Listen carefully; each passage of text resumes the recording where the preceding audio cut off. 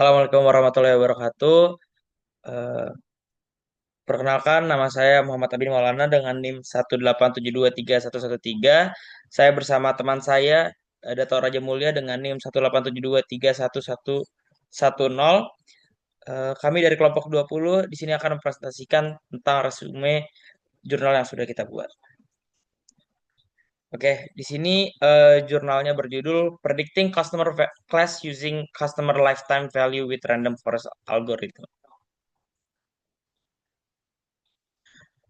Jadi pertama-tama untuk latar belakangnya, perkembangan dunia e-commerce ini membuat perusahaan bersaing ketat dalam mempertahankan pelanggan. Jadi untuk membangun Customer Relationship Management atau CRM yang efektif, perusahaan perlu memahami nilai pelanggan dari waktu ke waktu. Banyaknya retailer online meningkatkan persaingan bisnis, lalu biaya mendapatkan pelanggan baru lebih dari biaya mempertahankan pelanggan lama. Pentingnya mengetahui pelanggan nilai tinggi, Customer Lifetime Value atau CLV dapat mengukur nilai ekonomi pelanggan selama hubungan bisnis. Yang terakhir, klasifikasi pelanggan berdasarkan CLV membantu strategi promosi dan loyalitas. Lanjut ke tujuan dan permasalahan. Jadi di penelitian ini bertujuan untuk mengembangkan model prediksi untuk mengklasifikasikan pelanggan berdasarkan nilai Customer Lifetime Value atau CLV menggunakan algoritma Random Forest atau RF. Jadi di sini kita akan menentukan kelas pelanggan bernilai tinggi atau high class dan rendah atau low class. Kita juga menggunakan dataset Global Superstore selama 4 tahun dari 2011 sampai 2014. Eh, Kita juga menerapkan Random Forest Classifier dan Random Search Hyperparameter Tuning. Dan yang terakhir membandingkan hasilnya dengan algoritma ADABUS.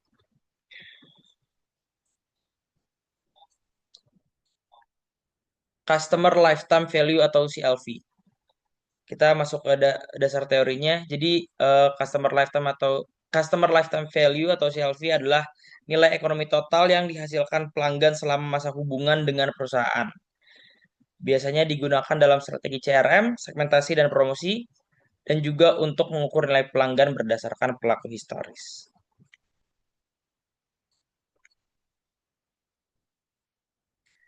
Selanjutnya, Random Forest Algorithm.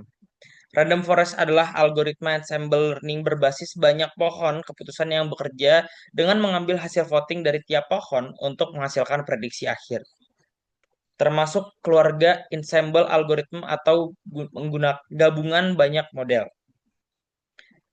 Random Forest Algorithm ini juga bekerja dengan mengambil sampel data acak atau bootstrap sampling, melatih banyak desain trees, melakukan voting mayoritas untuk hasil akhir, dan mempunyai kelebihan yang pertama akurat untuk data kompleks, mengurangi resiko overfitting, dan dapat mengukur feature importance.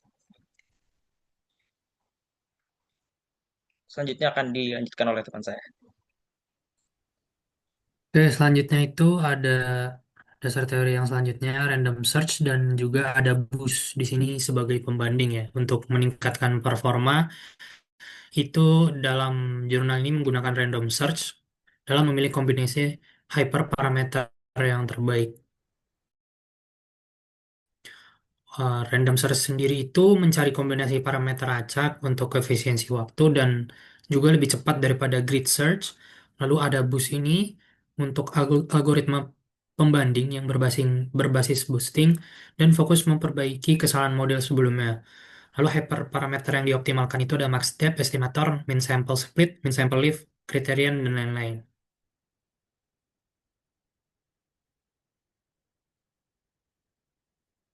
Oke, lanjut ke metodologi penelitian. Di sini dimulai dari dataset yang digunakan itu berasal dari Kaggle bernama Global Superstore Dataset yang mana total recordnya sendiri sebanyak 51.290 baris. Lalu ada 24 kolom atribut.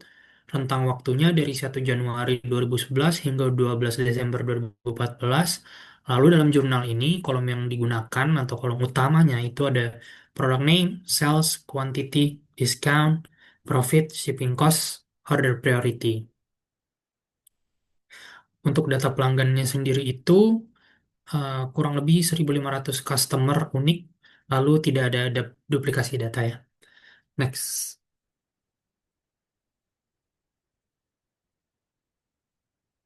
Oke, jadi untuk langkah awal ini dilakukan pre-processing terlebih dahulu. Yang pertama di cleaning, yaitu kolom-kolom yang tidak terlalu banyak nilai unik seperti city dan country itu dihapus. Lalu untuk tanggalnya diubah ke format datetime, lalu di jurnal juga diagregasi ya untuk dataset order per transaksi itu dibuat, lalu juga dataset customer per pelanggan itu juga dibuat. Lalu di sini ada feature engineering yaitu hitung regensi, frekuensi, monetary atau RFM, lalu juga hitung CLV-nya, customer lifetime value berdasarkan rumus.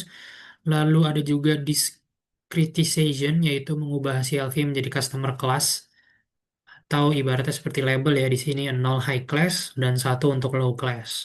Lalu di encoding yaitu ubah kategori menjadi numerik yaitu one hot encoding. Lalu selanjutnya, oke selanjutnya ini untuk pemodelan dan hyperparameter tuningnya. Jadi untuk model utamanya itu menggunakan random forest classifier lalu dilatih menggunakan dataset hasil preprocessing tadi. Nah, di sini untuk hyperparameter criterion itu diinisiasi menggunakan entropi dan juga Gini dan dari jurnal didapatkan base parameter itu Gini. Lalu untuk max DP itu 10 sampai 100, lalu didapatkan base parameter 50. Lalu untuk max feature-nya itu ada auto dan SQRT. Lalu untuk base parameter itu SQRT. Lalu untuk min sample lift-nya itu ada di 1, 2 dan 4 dan base parameternya di 2 yang diambil.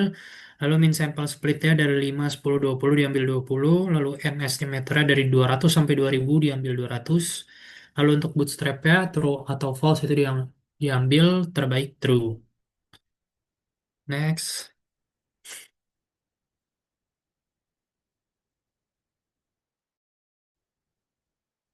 Nah, ini untuk evaluasi dan juga hasilnya itu diukur menggunakan metrik klasifikasi ya. Yang seperti kita tahu tidak lain tidak bukan ada akurasi, presisi, recall, dan F1 score. Nah, di sini ada eh, hasil dari random forest model dan akurasinya. Yang pertama itu hyperparameter yang default itu sekitar 81,46%. Lalu ada selected feature using feature selection with default hyperparameter. Ini fitur yang sudah diseleksi ya, itu 82,26%. Lalu ini menggunakan random search and best hyperparameter set itu naik ke 84,27%. Lalu di sini menggunakan ada boost model itu turun menjadi 78,21%. Nah, ini untuk metrik klasifikasinya dari yang high class itu presisinya di 93,65%, recall-nya di 79,45%, lalu F1 score di 85,96%. Dan untuk yang low class itu presisinya rendah sekali di 74,34%, recall-nya tinggi di 91,70, lalu F1 score di 82,12%. Oke, mungkin sekian summary dari jurnal yang kita ambil mengenai customer lifetime value. Mungkin mohon maaf bila ada kata-kata yang kurang menyenangkan. Terima kasih. Wassalamualaikum warahmatullahi wabarakatuh.